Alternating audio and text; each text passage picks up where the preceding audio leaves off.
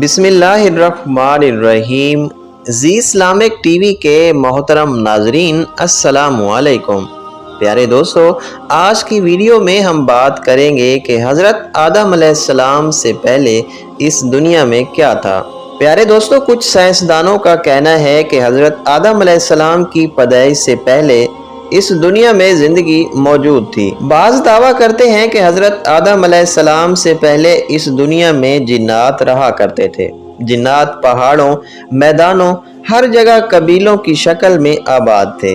اکثر سائنسدانوں کا کہنا ہے کہ اس زمین پر حضرت آدم سے بھی پہلے کروڑوں سال تک ڈائنوسور نے حکومت کی ہے۔ بہت عرصے تک وہ اس دنیا میں رہے اور پھر انسان کی آمد کے ساتھ ساتھ ڈائنوسور کی نسل ختم ہو گئی۔ سوال یہ پیدا ہوتا ہے کہ یہ دنیا کیسے بنی؟ سب سے پہلے کس کو پیدا کیا گیا؟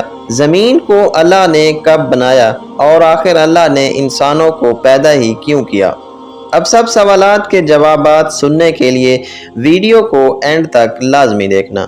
اس میں کوئی شک نہیں کہ زمین و آسماں بلکہ اس کائنات کی ہر چیز اللہ نے پیدا فرمائی۔ قرآن پاک میں اللہ تعالیٰ سورہ حدید آیت نمبر 4 میں ارشاد فرماتے ہیں، وہی ہے جس نے آسمانوں اور زمین کو 6 دن میں پیدا کیا، پھر عرش پر جلوہ فرما ہوا۔ وہ خوب جانتا ہے اس چیز کو جو زمین میں جائے اور جو اس سے نکلے اور جو آسمان سے نیچے آئے اور جو کچھ اس میں چڑھ کر جائے، اور جہاں کہیں تم ہو وہ تمہارے ساتھ ہے۔ اللہ تمہارے اعمال کو دیکھ رہا ہے۔ اسی طرح اللہ تعالیٰ سورہ ہود آیت نمبر 7 میں فرماتے ہیں، اور اللہ ہی وہ ذات ہے جس نے 6 دن میں آسمانوں اور زمین کو پیدا فرمایا اور اس کا عرش پانی پر تھا۔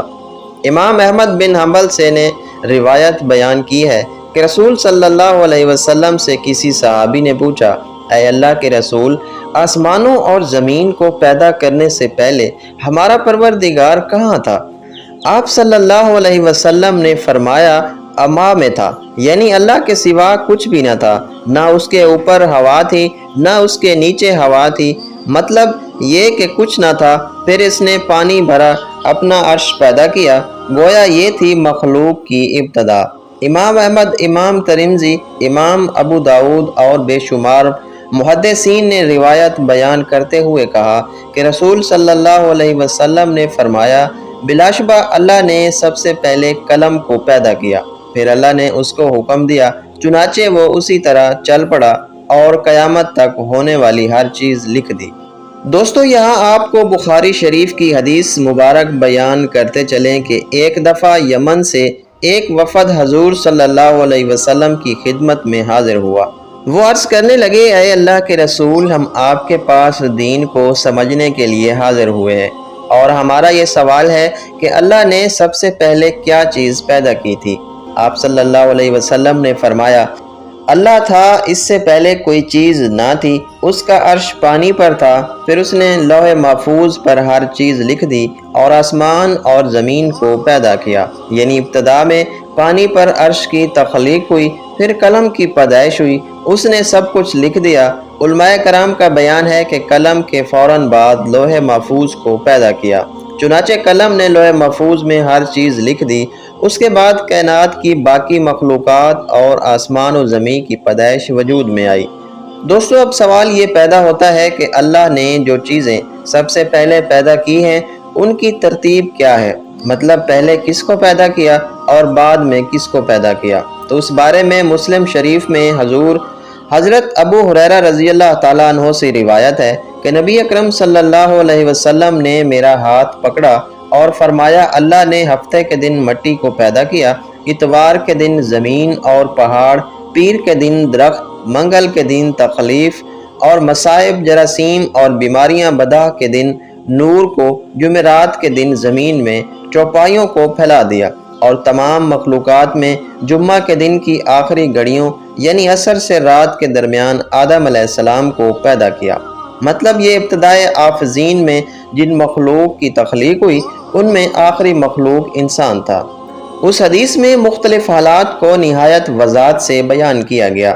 اس سے بخوبی پتہ چل گیا کہ ابتدائی مخلوقات کی تخلیق کیا تھی ان میں سے آخری نمبر آدم علیہ السلام کا تھا، جبکہ آدم علیہ السلام نسل انسانی میں سب سے پہلے اور تمام انسانوں کے باپ ہیں۔ انسان سے پہلے فرشتے اور جن پیدا ہو چکے تھے۔ صاحب عقل مخلوقات میں سب سے پہلا نمبر فرشتوں کا، دوسرا نمبر جنوں کا اور آخری نمبر انسانوں کا ہے۔ فرشتوں کا اصل ٹھکانہ آسمان ہے۔ اللہ تعالیٰ سورہ شورى آیت نمبر 5 میں فرماتے ہیں، قریب ہے کہ آسمان اپنے اوپر سے پھٹ پڑے اور تمام فرشتے اپنے رب کی تسبیح اور تمجید بیان کر رہے ہیں اور زمین والوں کے لیے استغفار کر رہے ہیں۔ فرشتوں کو نور سے اور جنوں کو آگ سے پیدا کیا گیا، اور آدم کو اس چیز سے پیدا کیا گیا جو تمہارے لیے بیان کر دی گئی ہے، یعنی مٹی سے۔ فرشتوں کی تخلیق کے بعد جنوں کو پیدا کیا گیا۔ جنوں کو بھی انسانوں سے پہلے پیدا کیا گیا تھا، جیسا کہ اللہ تعالیٰ سورہ حجر آیت نمبر 27 میں فرماتے ہیں، اور اس سے پہلے جنات کو ہم نے لو والی آگ سے پیدا کیا۔ جنات کے بارے میں بہت زیادہ آیات و احادیث موجود ہیں۔ اللہ تعالیٰ فرماتے ہیں، جنات کو آگ کے شعلے سے پیدا کیا گیا ہے۔ یہ آگ کے بھڑکتے شعلے کے کنارے کو کہتے ہیں۔ گویا جنوں کو آگ کی جڑ سے نہیں بلکہ آگ کے شعلوں کے کنارے سے پیدا کیا گیا۔ قرآن مجید میں اللہ تعالیٰ نے ابلیس شیطان کا قول نقل کیا، تو نے مجھے آگ سے پیدا کیا۔ اس طرح پہلے بھی بیان ہو چکا ہے۔ اللہ نے فرمایا، اس سے پہلے جنات کو ہم نے لو والی آگ سے پیدا کیا۔ جنات کی اصل اور بنیاد ابلیس ملعون بھی جنات میں سے ہے، اور اس مسئلے میں کسی کو تردد و شبہ نہیں ہونا چاہیے، اس لیے کہ قرآن مجید میں ہے، اور ابلیس جنوں میں سے تھا، مطلب یہ کہ وہ فرشتوں میں سے نہیں تھا۔ حسن بصری رحمۃ اللہ علیہ فرماتے ہیں کہ وہ پلک جھپکنے کے برابر بھی فرشتوں کی جنس میں داخل نہیں ہوا۔ حضرت عبداللہ رضی اللہ تعالیٰ عنہما اور عبداللہ بن عباس رضی اللہ تعالیٰ عنہما فرماتے ہیں، وہ ہماری زمین پر رہائش پذیر تھے، لیکن جب جنات فتنہ و فساد میں مبتلا ہو گئے اور حد سے بڑھ گئے تو اللہ تعالیٰ نے فرشتوں کا ایک عظیم لشکر ان پر حملہ آور ہونے کے لیے بھیج دیا۔ فرشتوں اور جنات میں بہت زبردست لڑائی ہوئی، اور اللہ پاک کے حکم سے فرشتوں نے جنوں کو شکست دے دی، اور وہ میدانوں سے بھاگ کھڑے ہوئے، اور انہوں نے سمندروں اور جزیروں میں پناہ لے لی۔ چنانچہ آج تک ان کے رہنے کی جگہ یہی جزیرے، جنگلات اور پہاڑ ہیں۔ اس واقعے کے 2000 سال بعد اللہ نے حضرت آدم اور حوا علیہ السلام کو زمین پر اتارا، اور پھر ان سے تمام انسانیت کی نسلیں چلی، اور ایسے ہی ایک دن اللہ رب العالمین اس زمین پر انسانوں کو دیا وقت ختم کر دے گا، اور جیسے یہ دنیا بنی ایک دن ویسے ہی ختم ہو جائے گی۔ آخر میں دعا ہے کہ اللہ ہم سب کو موت سے پہلے نیک اعمال کرنے کی توفیق عطا فرمائے۔ آمین ثم آمین۔